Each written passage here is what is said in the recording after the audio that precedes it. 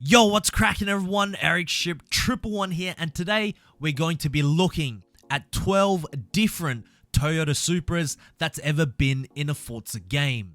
These Supras are going to range from early production models through to racing cars and even the rarest pre-tuned aftermarket versions that I can assure many of you have never seen before. So let's sit back, reminisce about Toyota Supras and indulge in the history of the Forza series.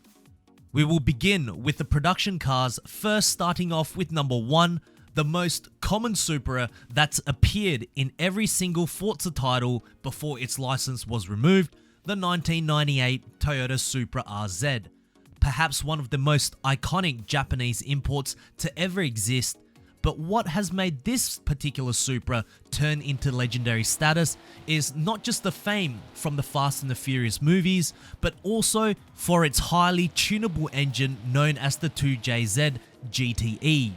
From factory, you would think that just over 320 brake horsepower from a 3-litre twin-turbo inline-6 is relatively quite low, which it is. However, some minor bolt-on upgrades and a tune can easily double in power without risking the engine's health. It's been said that the 2JZ engine is one of the best engines in the world, and the Mark IV Supra is one of the most famous cars around the world. Number 2, the 1992 Toyota Supra 2-litre GT twin turbo. As the generation before the Supra mentioned earlier, this is known as the Mark III. Shaped with the largest dimensions out of all the Supra generations, this car is also heavier than the Mark IV Supra. With the few engines that this Supra came in, this particular model came with the 1G GTE, which featured a 2-litre inline-6 with twin turbos, producing just over 200 horsepower, which at that time was very respectable. However, this car is nowhere near as popular, nor does it have a strong cult tuner following behind it, hence only being featured in 4 Forza games. But if you are a Supra enthusiast, you will most certainly appreciate this car. Number 3, the 1984 Toyota Celica Supra. During this time, both the Toyota Celica and Toyota Supra shared many components between their builds and were only considered as separate models from 1986 onwards. With the engine being a dual overhead cam with hydraulic lifters, it was Toyota's first car that did not need valve clearance maintenance. Although that may not sound like it's interesting, at that time it was a breakthrough in automotive engineering. With a front engine rear-wheel drive layout, the engine that was equipped in this Supra was adequate.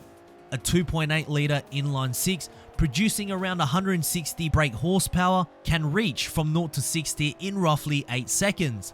But the popularity with these cars weren't that big, as they only appeared in 2 Forza games, Motorsport 3 and Motorsport 4. Alright, so now that we have covered all the production cars, we will now move on to the aftermarket pre-tuned vehicles, but before that, let me give you guys a quick run through of the 2JZ engine. For some of you guys who may not know, I own a 1996 Toyota Aristo, and my Aristo has the very famous 2JZ GTE engine, which of course is the 3-litre inline-6 twin-turbo motor from the Toyota Supra.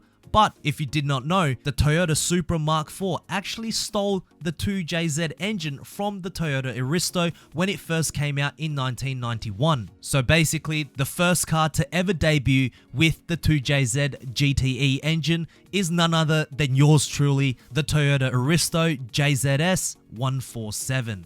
So we return back onto the list and we begin with our first pre-tuned car starting at number 4. This was from Forza Horizon 3 and it is the Toyota Supra RZ Horizon Edition. The first thing you will notice with the aesthetics is that it looks very similar to the original Targa Top Supra that was featured in the first Fast and the Furious movie. Painted in bright orange, except without the outdated decals, this Horizon Edition Supra was only available through Wheelspin. Now you might ask, wow, it must have been hard to obtain. Well, no, since the wheel spins in Forza Horizon 3 didn't have silly cosmetic items, cars were much easier to win, and this Supra was easy to get. Available in A-Class or S1, this Supra was a drift boost skill car, which meant any drifts you achieve, you will receive bonus points. Oh, and did I mention that this car can also clock at 240 miles per hour as its top speed? Number 5, the 1995 Toyota Supra RZ Fast and Furious Edition. Okay, so here is the proper Supra from the Fast and Furious movie, which also includes proper interior work as well. Looking at the aesthetics from the outside, this Supra possesses a full Bomex body kit, flanked with a TRD bonnet and finished with an APR full aluminium racing GT wing. Although for today's standard, it may possibly be considered as a ricer, but to us, it's an icon. With an extensive amount of performance upgrades under the bonnet, which includes a stroked out 2JZ motor to 3.1 litres, a large single turbo conversion and many more, it's finished off to fit the driver's needs with Momo pedals, a Sparco steering wheel with buttons to engage the NOS, and also an aftermarket tachometer because the stock one doesn't display enough revs. Number 6, the 1998 Toyota Supra Fast and Furious Edition. Just like the other Fast and Furious Supra, this is also left-hand drive, unlike the stock RZ Supra we showed in the beginning. This Supra was featured very briefly at the end of Furious 7 as a send-off to Paul Walker with a nice personal touch by using his own Supra.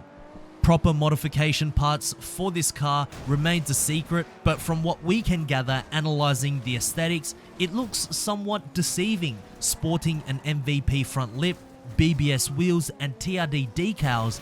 It just looks very clean.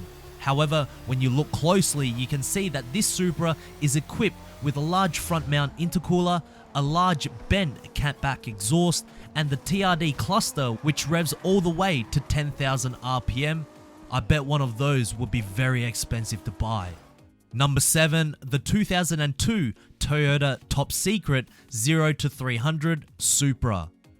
Alright, so I'm sure you would have guessed what 0 to 300 meant in the name of this Supra. Of course, it means that it can reach to 300 kilometers, which amounts to around about 186 miles per hour.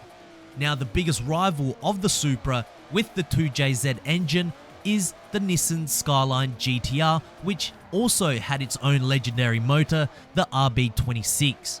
Basically, this engine was also an inline 6 with twin turbos, except it was slightly smaller at 2.6 litres instead of the Supra's 3 litre. I mention it because this Supra actually has a Nissan Skyline GTR engine in it. Why? I think Top Secret just wanted to make things unique, mixing and matching bodies with engines, and it came out as a great combination with a near 1000 brake horsepower output, so who can really complain? Number 8, the 1998 Toyota AB Flug S900 Supra. Yes, we are now digging deep into the history of the Forza series, as this actually appeared in the very first Forza Motorsport game on the original Xbox. However, it only made its other appearance in Forza Motorsport 2 before disappearing for good. What I love about these aftermarket tuner cars is that they are a showcase vehicle on what that company can do, ranging from all sorts of parts for the car, and with this Supra it's no different. Equipped with certainly an outdated in-house body kit, the engine is fully tuned, coupled with a large HKS turbocharger. This is all managed by AB Flug's fuel managing system, which produces a near 900 brake horsepower, which at the time was spectacular. Will we ever see it back on a Forza game? Who knows? Number 9, the 1998 Toyota Veilside Supra Fortune 03. Here is another true aftermarket tuner Supra, but this time from Veilside. At that time, this was one of the most popular body kit companies for all your favorite Japanese imports. However, just like AB Flug, their exterior designs are very questionable for today's standards, but at that time they were the coolest things to put on your car. Aggressive front bumpers, angular rears, all to change the shape of the car to make it look as aggressive as possible. This Supra was pumping 860 brake horsepower from a 2JZ engine that was fully souped up, and if you are wondering what 03 meant, it was the year in which the body kit was released for that Supra. Number 10, the 1998 Toyota Veilside Supra Fortune 99. Alright, we are back again, this time with an older Supra body kit made in 1999. This Supra was all designed and built in-house, and this version was the faster out of the two, producing over 1,000 brake horsepower from a 2JZ engine. That's the guts that Turn 10 used to have with these amazing aftermarket cars. In today's Forza, if the Toyota Supra was in it, the standard engine would only be able to push around about 700 horsepower, which is certainly too small of a number. But this is what a true Supra can achieve, and much like the other Veilside in terms of appearing in other Forza games, we probably won't ever see this Supra again. Number 11, the 1992 Toyota Dulux Supra. Much like Veilside and AB Flug, the Dulux Supra was a testament to what the company can do in terms of making parts for the engine and body kit. In Forza, we managed to get the Dulux version of the Mark III Supra in Forza Motorsport 1 and 2, which certainly looks dated with the sparkle orange flakes on black paint.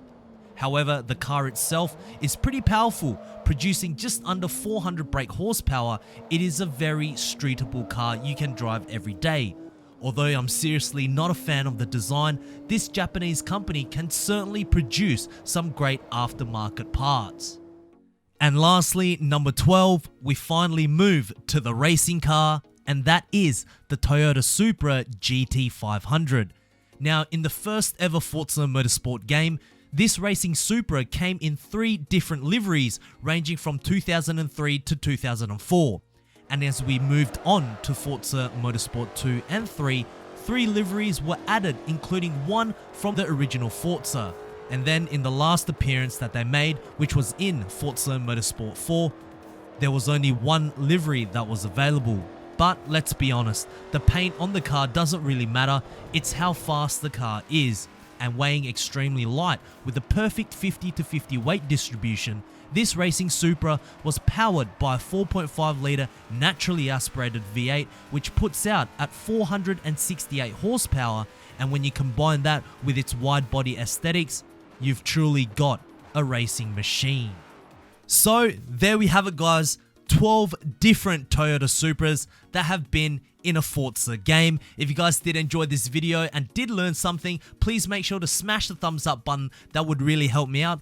Also, did I miss out any other Toyota Supras? If I did, put it down in the comment section below. And if you guys would love Toyota to return to the Forza franchise, put it down in the comment section below as a small petition. And anyways, if you guys did enjoy this video and would like to see more Forza content right here on this channel, please make sure to click the subscribe button with notifications turned on. And I hope to see you guys in the next video. Peace.